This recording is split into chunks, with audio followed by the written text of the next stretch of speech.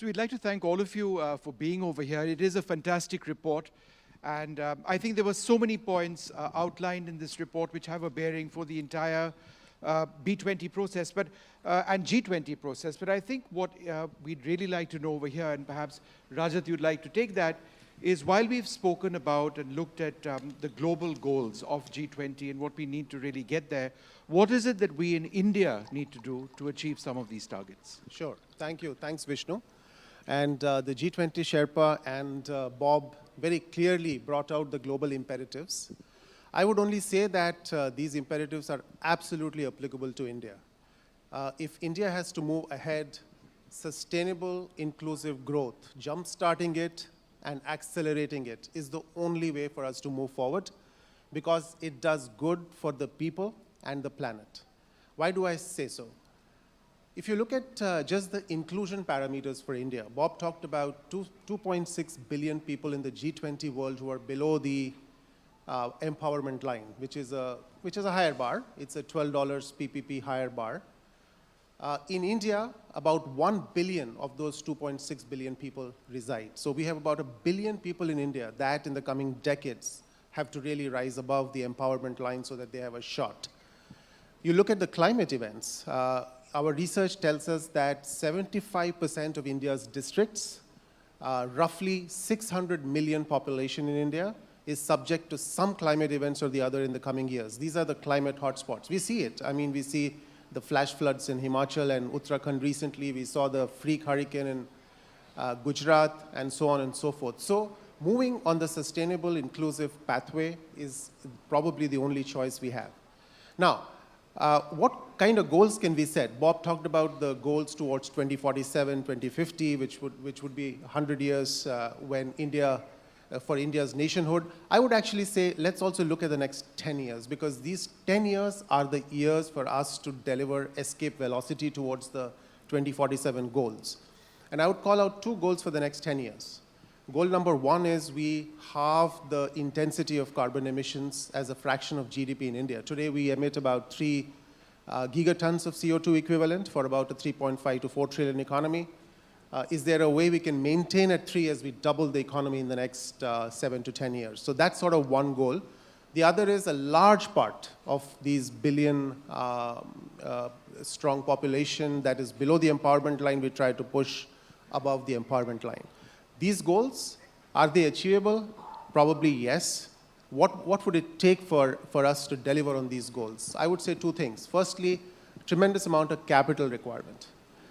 So the 56 trillion number that Bob talked about for the G20 economies is about 11 trillion for India, roughly split half and half between the inclusion goal and the climate goal, 5.5 each. What would it take for us to get 11 trillion worth of additional capital spending on the table? Again, it comes to 2 imperatives. Let's drive growth as much as possible, because growth would put money on the table. It completes the system. And the second is innovation. And again, innovation has two sides to it. One is the technological evolution, because a lot of the sustainability technologies will come into the money and so on.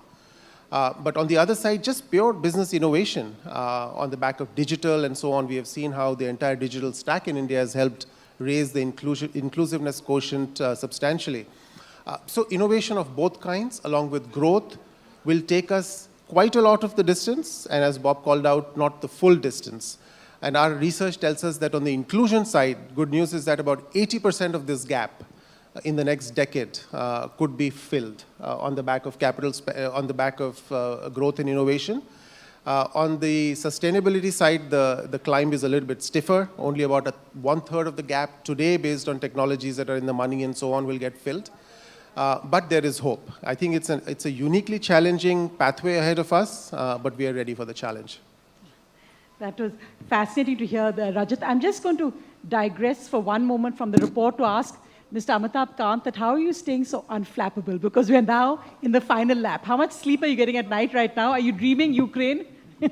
Well, I'm sleeping really well now, so it doesn't bother me because we put the developmental agenda on the forefront. We are not responsible for the Ukraine war at all.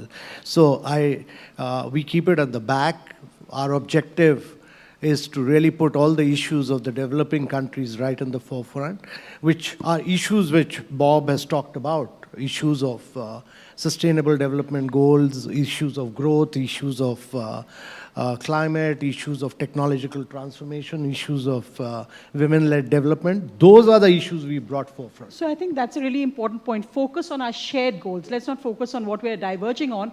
And given that, what do you think are the shared goals the economies of the G20 currently share? What can we converge on, which is really the top 3 action points you'd like to see after this?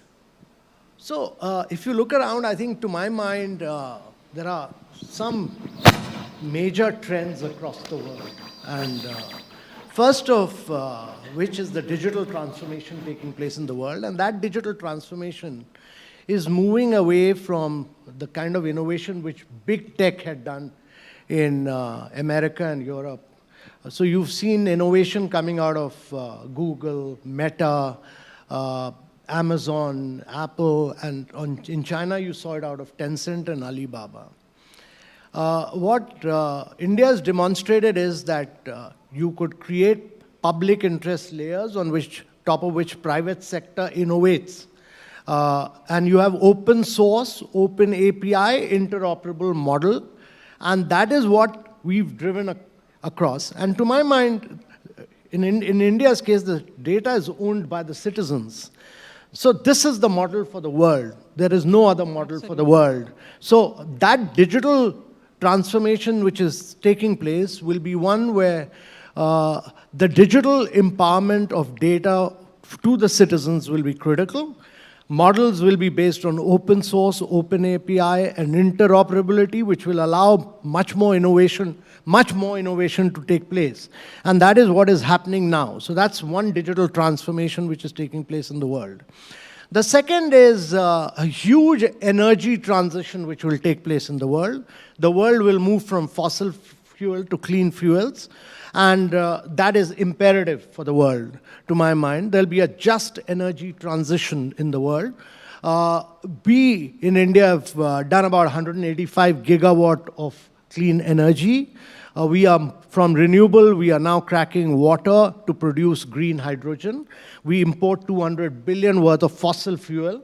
Our objective is that by 2047, we should be an exporter of clean energy rather than an importer of fossil fuel energy. And that is what we are driving today.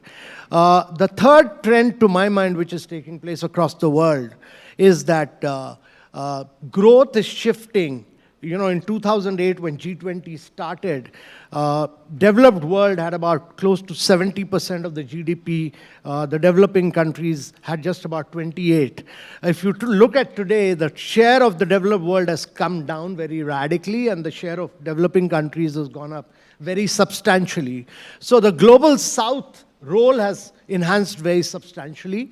And if, as I said, IMF says this year 80% of the global growth is going to come from global south, and next 2 decades, global south will be the key driver of growth. Then you need resources to flow into the global south to drive growth. These are 3 clear, distinct transitions taking place in the world, and everybody must be clear that these are trends which will drive corporates. These are trends which will drive countries. Mr. Stadfels, you spoke about economic empowerment and meeting net zero commitments, and that, it's not one or the other, both have to work hand in hand. But how would you respond to those who say that countries like India, several other developing countries in the world, have not really been the biggest polluters? The biggest polluters have been countries in the West. And yet we've got enormous economic aspirations. So is the expectation of India to meet these targets in the time allotted really realistic, considering that, we've got 1 billion plus and we have huge economic requirements? I think it's a great question, and I come back to a word I used in the beginning, which is and versus or, right? The question almost frames an or, right? Is this the developed world or India? And my answer back around this is and, that we don't have a choice. And where I'm rooted in this, though, is perhaps a more sophisticated look at how do we really tackle the notion of climate change. And we've done some research that comes back to, well, what is the investment required around this? And when you break it down on an annual basis globally, it's about 9 trillion of investment, US dollars, required every year to actually solve the world's climate change challenge. Now, the interesting part is I said investment, not cost. The reason I said investment is we've also identified $11 trillion of annual revenue potential from greener technologies. Some of those Mr. Kant, talked about. But if we took a broader definition of these technologies and looked across the entire chain, renewables is part of it, investing in more efficient infrastructure, building technologies, 40% of the world's carbon comes through current building technologies. How do we revolutionize building technologies? And looking at notions of capture and sequestration while we're in the process of transition. When we look at these, clearly there's a dominant investment that has to occur in the developed economies, clearly. But there's also opportunities for India. And this is where I come back to this notion of I think it's an and-based question versus an or-based question. Mr. Dhawan, talking about closing the empowerment gap, as Mr. Kant pointed out, the digital innovation being driven by India. In fact, our digital public infrastructure is now better than anywhere in the world, including the United States, and really a model for the world. How do you see this and the fact that how it's transformed the delivery of government welfare schemes, when you talk about empowerment, going into the bank accounts directly, in many cases, of women? So that really has been a major shift as well. They're going directly into the bank accounts of women. How do you see that as closing the empowerment gap, not just in India, but in countries across the world? No, it has been, India has really innovated on creating a digital public infrastructure stack that is just benchmark, right? And I think even countries in the developed world are now wanting to learn from India's journey over the last 10 years. And particularly between sustainability and inclusion, particularly the impact of this digital infrastructure on the inclusion goals has been superb. Just take financial inclusion as an example. From somewhere around 40 to 45% people who had bank accounts. Today, that number is closer to 85%, just on the back of the ability of the UID, the Aadhaar, to provide all the KYC requirements and so on, right? So, look, and the financial inclusion starts to change the game. Again, going back to Bob's point, it's not just about survival, but somebody who has a shot at social mobility and going up. And once you have the financial inclusion sorted out, you have optionality on the table, vis-a-vis nutrition, vis-a-vis healthcare, vis-a-vis education, and so on and so forth. So we are very sanguine that we are at a pretty important point where we can accelerate from here on the back of the fabric that has been built. Mr. Kant, one last question to you as we start wrapping this up.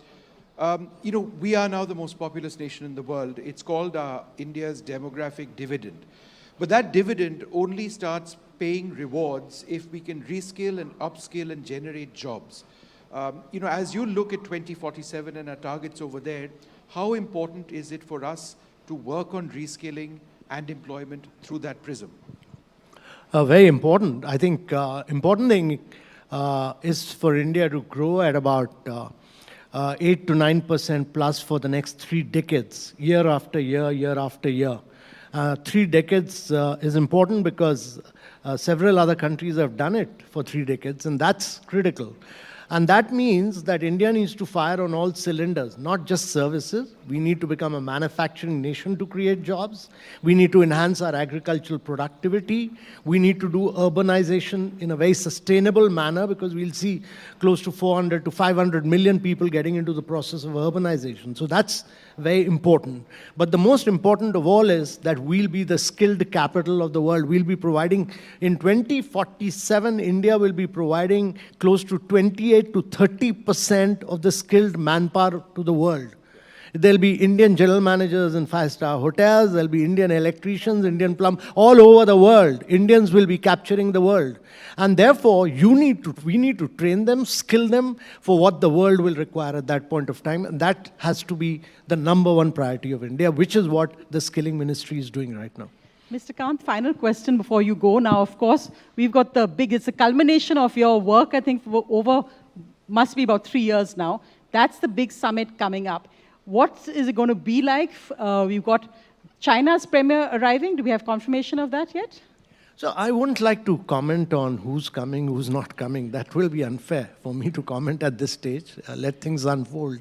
But all I can say is that, as the Prime Minister himself has said, that you can rest assured that our presidency will be very, very inclusive.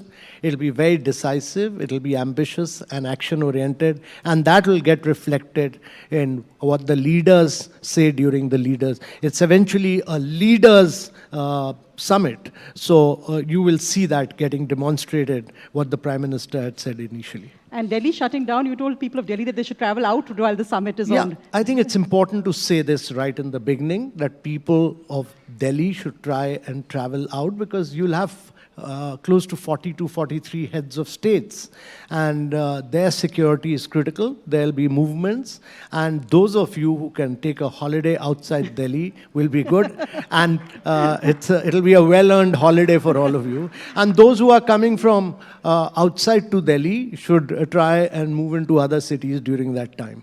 And the world watched the moon landing. Is the world going to be watching again? Because this is the G20's moonshot moment. I think greatly inspirational moment, and one is we were all overwhelmed by what our scientists have achieved, and when today morning the Prime Minister addressed the scientists, it was extremely inspirational, and it was extremely motivating for everyone in India. All right, well, thank you so much for being with us. It's a truly spectacular report, because it covers so much, in its canvas and its scope, and hopefully going forward, well beyond this G20 session, we'll have a lot to think about. Thank you very much indeed.